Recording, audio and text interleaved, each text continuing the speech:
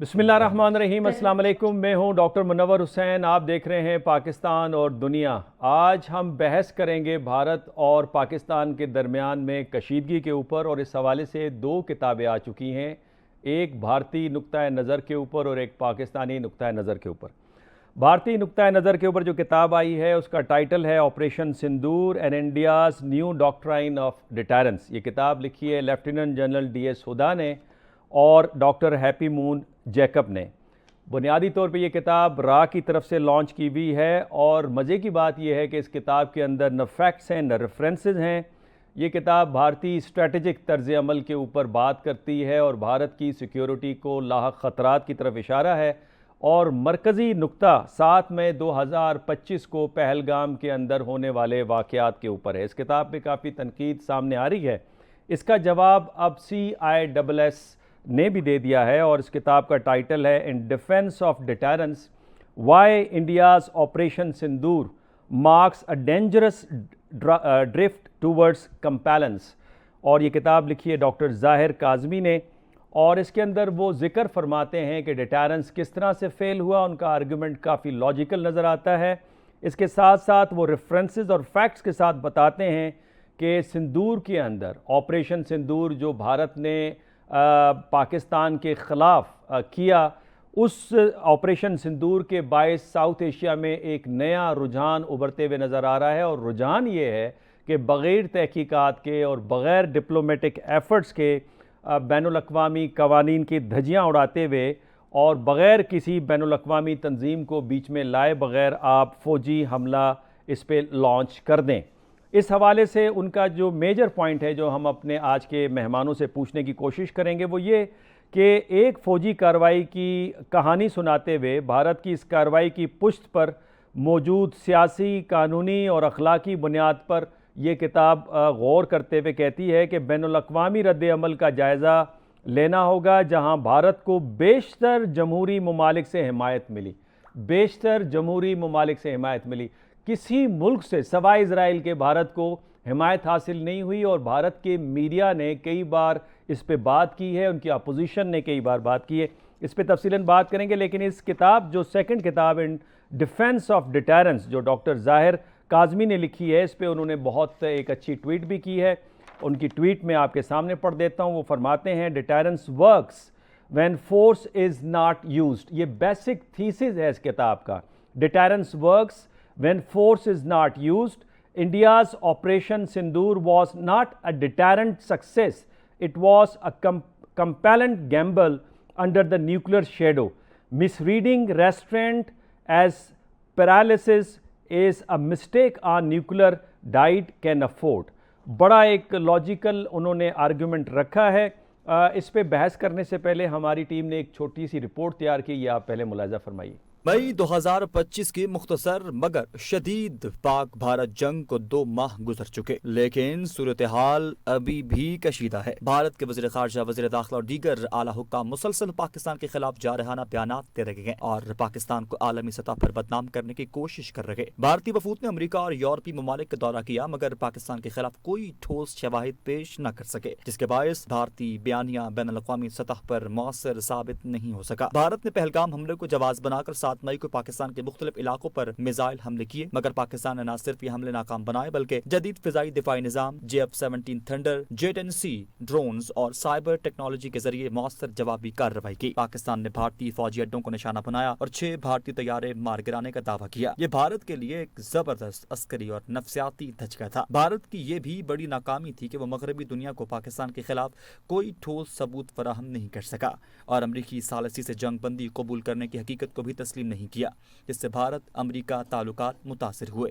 पाकिस्तान इसके बरक्स इस वक्त आलमी सतह पर सिफारती हिमायत हासिल करने में कामयाब हो रहा है और इसकी अमन पर मबनी पॉलिसी को पजीराई भी हासिल हो रही है। दोनों ममालिक के दरमियान बदएतमादी बढ़ती जा रही और बाहमी मुज़ाकराती अमल मुकम्मल तौर पर मुंजमद हो चुका। माहिरीन खबरदार कर रखे गए कि अगर मौजूदा कशीदगी बरकरार रही तो जनूबी एशिया एक नए और तबाहकुन तसादुम की जानिब बढ़ सकता है, जिसके असरात आलमी सतह पर भी महसूस किए जाएंगे। नाज़रीन, आपने रिपोर्ट सुनी, और इस रिपोर्ट के ऊपर मैं ये बात कहूँगा कि भारत के अंदर आपको एक कंप्लीट ट्रांसफॉर्मेशन नज़र आ रही है। भारत जो जमहूरी मुल्क कहलाता था, अब वो एक अथॉरिटेरियन कंट्री बन के रह गया है, जहाँ पे चंद हिंदुत्वा के बदमाश हुकूमत करते हुए नज़र आ रहे हैं, जिसका जिक्र अवेश शुक्ला ने अपनी किताब D generation of Indian democracy जो 2024 के अंदर पब्लिश हुई उसमें तफसीलन जिक्र किया है। भारत जो कि एक मल्टी इथनिक और एक टॉलरेंस सोसाइटी यूरोप में समझी जाती थी, अब वहाँ पे आपको पाइजीनियस रिलीजियस फैनेटिसिज्म नज़र आ रही है, और वो सेकुलरिज्म का जो राग अलापा जाता था भारत के हवाले से, वो इस वक्त तब्दील हो चुका है मुदित्वा नज़रिए के अंदर, जो बेस करती है, जिसकी स्ट्रैटेजिक थिंकिंग है मैकियावेली और चाणक्य स्कूल ऑफ थॉट के ऊपर, और मजहबी नज़रियात बहुत करीब हैं, बल्कि उनके अंदर आपको मिलावट नज़र आती है नाजिज़म की, फ़ाशिज़म की और ज़ायनिज़म की। सबसे पहले सरवर नकवी साहब आपकी तरफ आना चाहूँगा।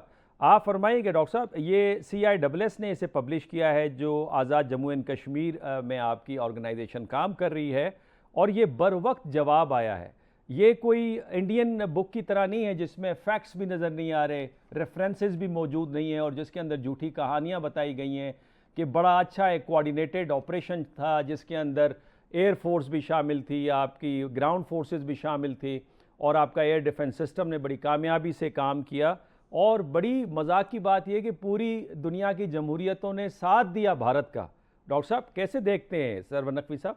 ये बहुत आपने वैलिड पॉइंट उठाया है। देखिए, इसमें दो तीन बातें जो मेरे जहन में आती हैं वो मैं आपसे बताता हूँ। एक ये कि जो किताब है ऑपरेशन सिंदूर, इसको मैंने देखा है, और इस किताब में बस चंद मजमून, कुछ आर्टिकल्स उन्होंने इकट्ठे किए हैं, और जो मुख्तलिफ उनके इंडियन एक्सपर्ट्स वगैरह ने लिखे हैं। लेकिन ये कोई उस तरह की जामे किताब नहीं है जिसमें कि पूरा एक आर्गुमेंट या एक थीसिस डेवलप किया जाए, तो किया जाता है। तो ये एक उन्होंने मौके का फायदा उठाते हुए एक पब्लिकेशन लॉन्च कर दी है, लेकिन इसकी कोई खास मैं नहीं समझता कि ठोस कंट्रीब्यूशन है to the discussion, to the intellectual discourse of this subject. अब जहाँ तक डॉक्टर जाहिर काज़मी की किताब का सवाल है, बात है, उसकी बात यह है कि इन डिफेंस ऑफ डिटेरेंस में पूरा आर्गुमेंट डेवलप हुआ है, और वो ये बताया गया है कि डिटेरेंस कैसे, कितना फ्रेजाइल है, कितना कमजोर है। और इसको मैं तो समझता हूँ कि पाकिस्तान की जो कोशिशें हैं वो उसकी वजह से डिटेरेंस कायम है। डिटेरेंस ये चीज होती है कि अगर एक मुल्क दूसरे को दूसरे के लिए खतरा है, तो वो मुल्क कुछ अपनी ऐसी सलाहियत डेवलप करता है कि वो जो जिस मुल्क से उसको खतरा है वो फिर उसके ऊपर हमला ना करे।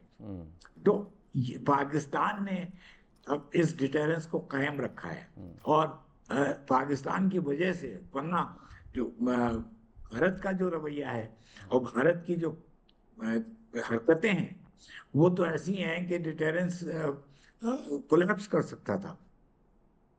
और ये किस्सा अभी का नहीं है, ये जब ब्राह्मोस मिसाइल चलाए थे उन्होंने, और जब अब जो इस वक्त पाकिस्तान के सरजमीन पे उनके मिसाइल्स हिट किए हैं मुख्तलिफ जगहों को। देखिए, ये बात तो एक हो गई। दूसरी ये है कि ये टेक्नोलॉजिकल वॉर थी, और ये एक नए किस्म की जंग थी। ये जंग पहले इस तरह की जंग नहीं हुई है, कोई एरियल कॉम्बैट नहीं हुआ, मगर भारतीय जहाज गिरा दिए गए। और ये हमारे साइबर ऑपरेशंस ऐसे थे कि जिसमें के भारत के सिस्टम्स जैम कर दिए गए। तो ये एक नई तर्ज की जंग है, और इसमें पाकिस्तान को बढ़तरी हासिल हुई। तो मैं समझता हूं कि इसका रद्द-ए-अमल भारत में बड़ा सख्त हुआ है। वहां पे पहली बार मोदी 2014 से पावर में है, और अब पहली मर्तबा मोदी के खिलाफ क्रिटिसिज्म होने लगी है। और भारत के बड़े बड़े जो एक्सपर्ट्स हैं, प्रवीण सोनी है, अजय शुक्ला है, और इस तरह के जो बड़े नाम हैं, उन सब ने ये तनकीद की है हुकूमत की कि उन्होंने ये जंग एक पाकिस्तान के ऊपर जो नाजिल की, उसको कामयाबी नहीं हासिल हुई, और वो जो भी उनके ऑब्जेक्टिव्स थे वो सब फेल हो गए। तो ये कहने का मकसद ये है कि इस वक्त ये जो एक स्टेलमेट आ गया है, लेकिन पाकिस्तान ने ये साबित किया कि वो भारत की तरफ से कोई भी गैर जिम्मेदाराना हरकत, कोई भी हमला, कोई एग्रेसिव एक्शन, उसको अच्छी तरह उससे निमट सकता है और उससे डील कर सकता है। तो ये मैं समझता हूँ कि पाकिस्तान की बहुत बड़ी कामयाबी है। जहाँ तक सफारती सतह पे की बात है, तो वो भारतीय साथ उनके वफूद बाहर गए मुख्तलिफ मुल्कों में, लेकिन वहाँ पे भी उन्होंने कोई खातिर खा कामयाबी नहीं हासिल की। ब्रिगेडियर साहब, ये फरमाइएगा, काजमी साहब ने एक बड़ा इंपॉर्टेंट आर्टिकल, एक पॉइंट इस बुक के अंदर उठाया है, और वो ये कि डिटेरेंस नाकाम हो गया है और नया एक रुझान साउथ एशिया में बरसग़ीर में बन रहा है, और वो ये कि आर्टिकल 51 जो यूनाइटेड नेशन का चार्टर का आर्टिकल है, उसका गलत इस्तेमाल, कि जहाँ पे आप हकीकी ख़तरा मौजूद न हो और जहाँ पे सफारती जो ज़राए हैं उसका इस्तेमाल किए बग़ैर किसी इन्वेस्टिगेशन के आप फ़ौजी कार्रवाई कर डालें। तो ये जो नया रुझान डिफेंस के एरिया में पैदा हो रहा है, इसे आप कैसे देखते हैं सर? बहुत बहुत शुक्रिया डॉक्टर साहब। बिस्मिल्लाहिर्रहमानिर्रहीम।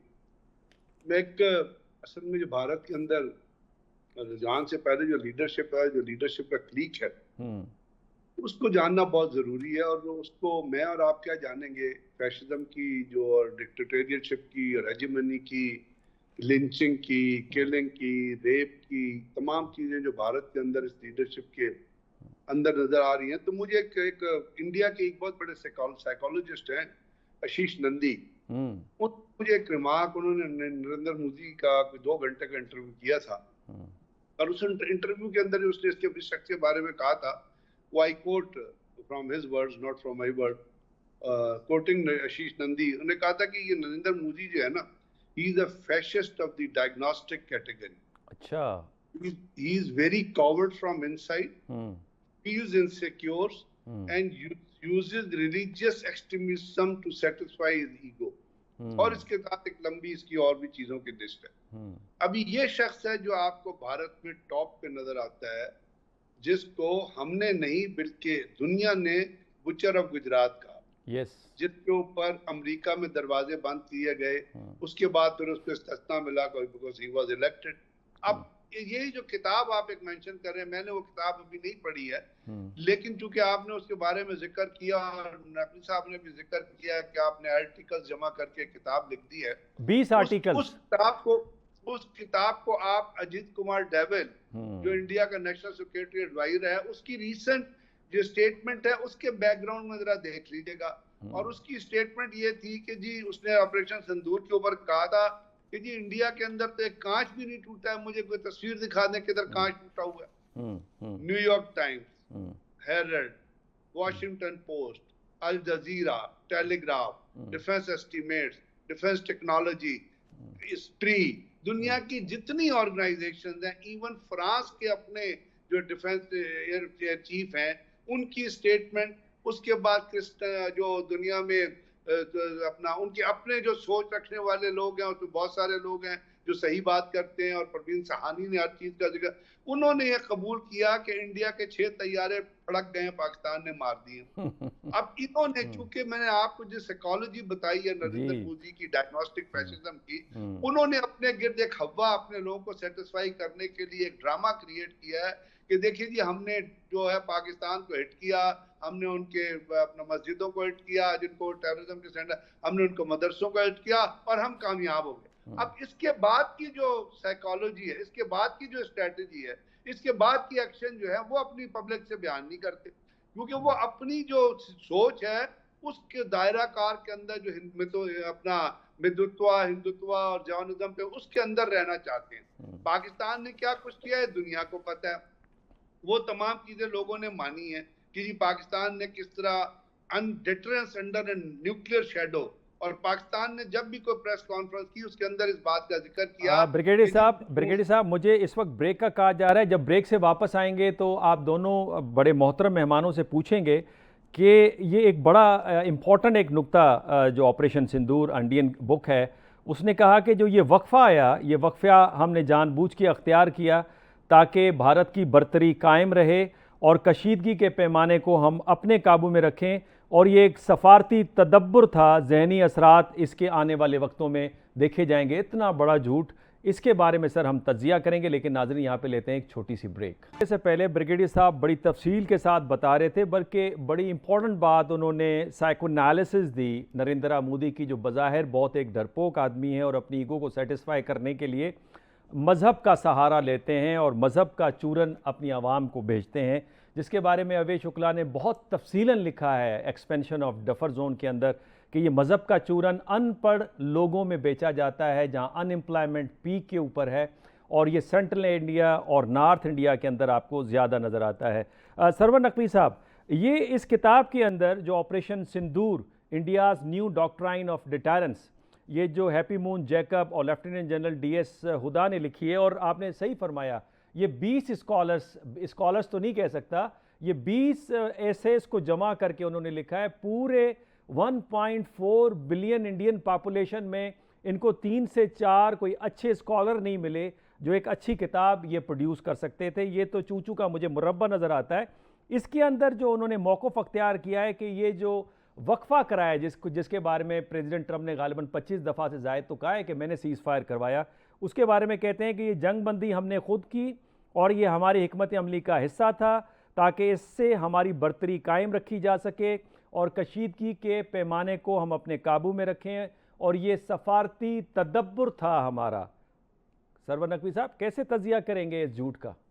अब जो ऑपरेशन सिंदूर की आपने बात की है, तो उसमें जो किताब में लिखा है वो बिल्कुल गलत है, क्योंकि ये उनके यहाँ ये सारे जो स्टोरी है वो रोज ट्रंप उसको डिनाई कर रहा है, वो कॉन्ट्रडिक्ट कर रहा है। तो यानी कि ट्रंप ये बार बार कह रहा है कि उसने जंगबंदी कराई, और उसका दूसरा पहलू, जंगबंदी के बाद उसने कहा कि मैंने इन लोगों से कहा है कि मुज़ाकरात करें। अब ये भारत को बहुत कड़वा घोंट जिसको कहते हैं बहुत गिरा गुजर रहा होगा, क्योंकि मुज़ाकरात तो वो उन्होंने कहा हुआ है कि पाकिस्तान के साथ करेंगे नहीं, लेकिन अल्लाह का करना ये है कि उनको मजबूर किया जाएगा कि वो पाकिस्तान के साथ मुज़ाकरात करें। मुझे यकीन है कि ये अमेरिका से इनकी जो स्ट्रेटेजिक पार्टनरशिप है उसके तहत अमेरिका इनके ऊपर जोर डालेगा कि पाकिस्तान के साथ मिलकर बैठो और बात करो। और पाकिस्तान हमेशा गुफ्तगू के लिए, मुज़ाकरात के लिए, टॉक्स के लिए तैयार रहा है और रहेगा, क्योंकि पाकिस्तान समझता है कि किसी मसले का हल जंग नहीं होती है। जंग से कोई किसी को फायदा नहीं होता है।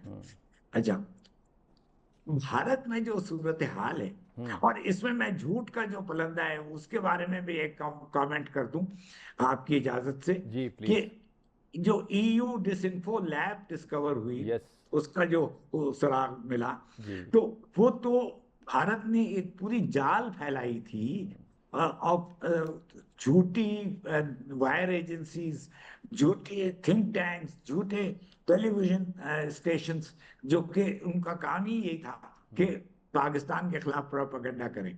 इसलिए operation Sindoor is a failed attempt, इससे कुछ हासिल नहीं होगा। और ये उसी तरह का इसका भी नतीजा होगा जो कि इनके वफूद का हुआ है कि शशि थरूर जैसे आदमी उनको हर जगह वो रिबफ मिला, हर जगह उसको एक फुल रिसेप्शन मिला। तो ये किताब भी उसी रास्ते पे जाएगी और वही उसका भी नतीजा वही निकलेगा। बिल्कुल आपने बजा फरमाया। ब्रिगेडियर साहब, ये जो किताब लिखी गई है हमारी तरफ से डॉक्टर काज़मी ने, इन डिफेंस ऑफ डिटरेंस, उसमें जो की नुक्ता उन्होंने उठाया है वो ये कि ऑपरेशन सिंदूर को बाज़दार हिकमत अमली नहीं बल्कि मजबूर कुन इक़दाम करार देते हैं, यानी दुश्मन को मखसूस रवैया अपनाने पर ज़बरदस्ती मजबूर करने की कोशिश इनके मुताबिक असल बाजदार हिकमत अमली वो होती है जो देर पा साख पैदा करे, जबकि मजबूर कुन पॉलिसी में ज़बरदस्ती, धौंस और कलील मुद्दती सियासी मफादात शामिल होते हैं। इस जाविये से देखा जाए तो भारत की ये कार्रवाई वक्ती कामयाबी को तवीलुल मियाद हिकमत अमली से खलत मलत करने का ख़तरा रखती है। ब्रिगेडियर साहब कैसे देखते हैं इसे? बिल्कुल, आपने जो तवीलुल मियाद और शॉर्ट लिस्टेड हिकमत अमली का जो लफ्ज़ इस्तेमाल किया जी, और एक इंडियन जो झूठ का सहारा लेते हैं अपनी चीज़ों को प्रोजेक्ट करने के लिए, उसका अगर आप एनालिसिस का तजिया करना चाहें तो उसमें सबसे पहली बात जो आपके सामने आएगी कि पहलगाम एक ड्रामा था, जो फॉल्स फ्लैग ऑपरेशन था, जो क्रिएट किया गया था। और वो फॉल्स फ्लैग ऑपरेशन 9/11 को जहन में रख के क्रिएट किया गया था कि नरेंद्र मोदी जो है वो बाहर किसी जगह दौरे पे होगा, सऊदी अरब में, जिस तरह बुश जो है वो किसी स्कूल के दौरे पे गया हुआ था, और कोई आदमी आएगा नजदीक, को एडवाइजर उसके कान में आके कहेगा कि जी हमला हो गया है, और वो कहेगा चलो ये सामान बांधो वापस चलिए, जिस तरह बुश ने किया था अमेरिका में, ये सामान बांधो वापस चले। इसी तरह इसने भी कहा कि जी डिनर कैंसिल करके जी मैं जा रहा हूँ तो वापस चलो जी पहलगाम हो। जो रॉ के डॉक्यूमेंट्स लीक हुए हैं और आपकी नजर से अगर वो गुजरे हैं, वहाँ उन डॉक्यूमेंट्स के अंदर उन्होंने दो चीज पॉइंट आउट की थी। एक सबसे पहली ये थी कि उसकी पॉलिसी में ये था कि अमित शाह एक हफ्ता पहले पहलगाम में गया था, 10 दिन पहले, वहाँ पे 3 लेयर सिक्योरिटीज होती थी। वो 3 लेयर सिक्योरिटी जो है वो हटा दी गई थी पहलगाम से, जिसको इंडियन एक्सप्रेस ने अगले दिन अपने अखबार में अपने आर्टिकल में लिखा और पॉइंट रेज किया कि where was that 3 layer security जो टूरिस्ट की प्रोटेक्शन के लिए वहां वो क्यों हटाई गई थी। ये इंडियन एक्सप्रेस ने सवाल किया, मैंने नहीं सवाल किया, क्योंकि उसके अंदर 2 पॉइंट चुने गए थे अटैक के लिए। एक था पहलगाम और दूसरा था शोपियां, कि अगर पहलगाम में नाकाम हो गए तो शोपियां के अंदर एक जगह थी, वहां जाके था, दोनों को नाम दे दिए गए थे।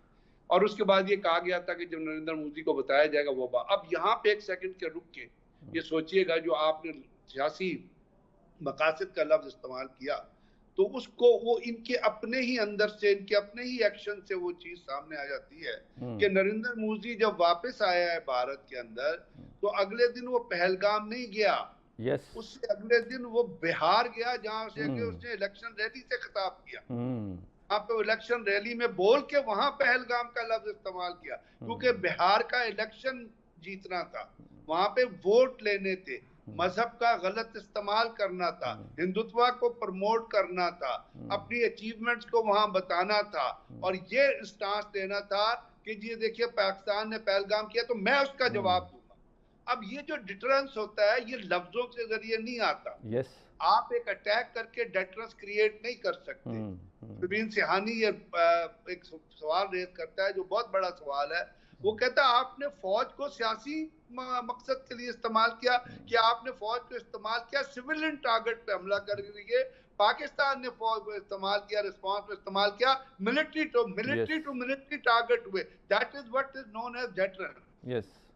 If you use your power military against the civilian oriented target, that is not, you are not creating deterrence. According to the international law, you are involved in terrorism. आप सिविलियंस को जब डिप्राइव करते हैं तो Geneva convention का article कहता है कि आप लोगों को जो है वो कहत में मुब्तला करते हैं, किलिंग में मुब्तला करते हैं, तो there are war crimes against you which can be taken to international court of justice. तो ये तो डेटरेंस है ही नहीं, this is not the deterrence. असल में बात जो ये है, नरेंद्र मोदी जब से आया है, आप देखिए वो अमेरिका और इजराइल की जो स्ट्रेटेजी है और जो टेक्निक है उसको फॉलो करने की कोशिश करता है, और उसने यही सोचना शुरू कर दिया था कि वो इस खित्ते का अमेरिका है, कि हम बड़े बड़े काम करते हैं, हम ये कर देंगे, हम वो कर देंगे।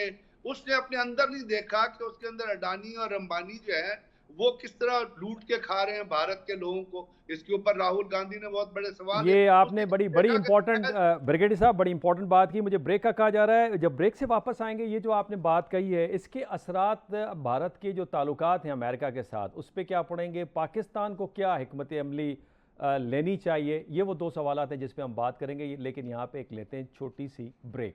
वेलकम बैक नाजरीन। वक्फे से पहले बड़ा टू द पॉइंट जिस अंदाज से ब्रिगेडियर साहब ने नलीफाई किया है जो आर्गूमेंट किताब सिंदूर, ऑपरेशन सिंदूर के ऊपर जो आर्गूमेंट्स आ रहे थे, वो मेरा ख्याल है बड़ा लॉजिकल जवाब है इंडियंस को। अब बात कर लेते हैं कि अमेरिका के कैसे ताल्लुकात रहेंगे भारत के साथ, और पाकिस्तान के पास क्या पॉलिसी ऑप्शन है। बिकॉज चाइना को हम इसलिए डिस्कस नहीं कर रहे, चाइना की पोजीशन बड़ी वाज़ेह है। अमेरिका के 3P पॉलिसी मुझे नज़र आती है भारत के हवाले से, प्रेशराइजिंग इंडिया, रीपोजिशनिंग इंडिया और putting India in its right size. ये तीन हैं। और साथ में ये भी बताता चलूँ कि प्रेसिडेंट ट्रंप ने जो स्टेटमेंट दी है कि उन्हें मज़ीद भारत के IT प्रोफेशनल्स नहीं चाहिए, और इस वक्त तकरीबन 2,07,000 इंडियन IT प्रोफेशनल्स काम कर रहे हैं सिलिकॉन वैली के अंदर, और 65,000 एप्लीकेशन हर साल जाती थी। अब प्रेसिडेंट ट्रंप इसे रिवर्स कर रहे हैं। इसके क्या असरात होंगे, इस पर भी बात करेंगे। नकवी साहब, अमेरिका के ताल्लुकात इस वक्त बड़े मैं जिसे कहूँ लो प्रोफाइल, हम जो सफारती और एकेडमिक लैंग्वेज में कहते हैं, लो प्रोफाइल नज़र आ रहे हैं इंडिया के साथ, और इस वक्त इंडिया पे एक प्रेशर बिल्डअप हो रहा है। इंडिया के साथ अमेरिका ने अपने ताल्लुकात दो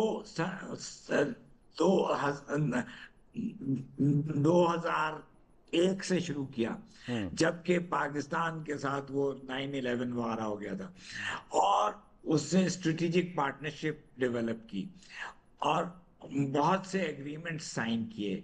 2005 में इंडो US न्यूक्लियर डील हुई, 2008 में उसने NSG वेवर दिलवाया उनको। तो ये डेवलपमेंट्स चल रही थी, उनका बीका, कॉमकासा, लोमोआ, बहुत से एग्रीमेंट्स साइन हुए, और इंडिया से एक स्ट्रेटेजिक पार्टनरशिप अमेरिका ने कायम की। उसमें दो बातें थी, एक ये कि चीन को काउंटर करने के लिए उसने ये किया, दूसरे इंडिया को एशिया पैसिफिक यानी मशरिक में जो रीजन है, जो सारा इलाका है, उसमें इंडिया से एक रोल अदा कराना चाह रहा था। दोनों बातों में अमेरिका ने इंडिया को कुछ कम तर पाया। इंडिया पाकिस्तान जंग में जो मई में हुई है, क्योंकि उसके बाद से ट्रंप का भारत के बारे में कुछ ऐसा रवैया बदला है कि बोल तो वो भारत से इसलिए नाराज है कि वो उनकी सही बात नहीं कर रहा कि जंगबंदी कैसे हुई। दूसरे ब्रिक्स में भारत, इसी India, Brazil, Russia, India and China BRICS के मेंबर हैं, ओरिजिनल मेंबर्स। तो उसमें भी ट्रंप को ब्रिक्स से बहुत गिला है कि ब्रिक्स के जो ममालिक हैं वो डॉलर के खिलाफ एक नया यूनिट ऑफ करेंसी एस्टैब्लिश करना चाह रहे हैं। तो उसमें भी इंडिया गलत साइड पे है अमेरिका के लिए। और तीसरे ये कि इंडिया को बहुत से ट्रेड एडवांटेजेस, बहुत से तिजारती फवायद हासिल थे, जो कि ट्रंप समझता है कि बहुत गलत थे और अमेरिका के नेशनल इंटरेस्ट के खिलाफ है। तो ये तीन चीजें जो ऐसी हुई हैं कि अब रिव्यू हो रहा है। नकवी साहब, ये जो डाइवर्जेंट कोर्स के ऊपर है, बस एक जुमले में मुझे सिर्फ बताइएगा, ये परमानेंट रहेगा या ये शॉर्ट टर्म रहेगा? वंस इंडिया अगर कंडीशंस एक्सेप्ट कर लेता है अमेरिका की, 0% टैरिफ लगा देता है अमेरिकन गुड्स के ऊपर और शेयर दे देता है अपनी स्टॉक मार्केट में अमेरिकन बिजनेसमैन को, तो क्या आपको लगता है कि फिर ये मामलात बेहतरी की तरफ चले जाएंगे और पाकिस्तान को उसके हवाले से कोई हिकमत अमली तैयार करनी होगी? ये हो सकता है, क्योंकि भारत का कोई दीन ईमान तो है नहीं, वो तिजारत में भी दब जाएगा अमेरिका से, और बाकी इश्यूज में भी वो अमेरिका का जरा वो उसके इंटरेस्ट का ख्याल रखेगा। लेकिन बहुत मुमकिन है कि ऐसा ना हो, और उस हालत में भारत और अमेरिका के डाइवर्जेंट कोर्स, जो मैं कह रहा था कि दो अलग अलग रास्ते बनते जा रहे हैं, और उस हालत में फिर भारत की वो जो एक यहाँ पे चौधराहट कायम हो गई थी।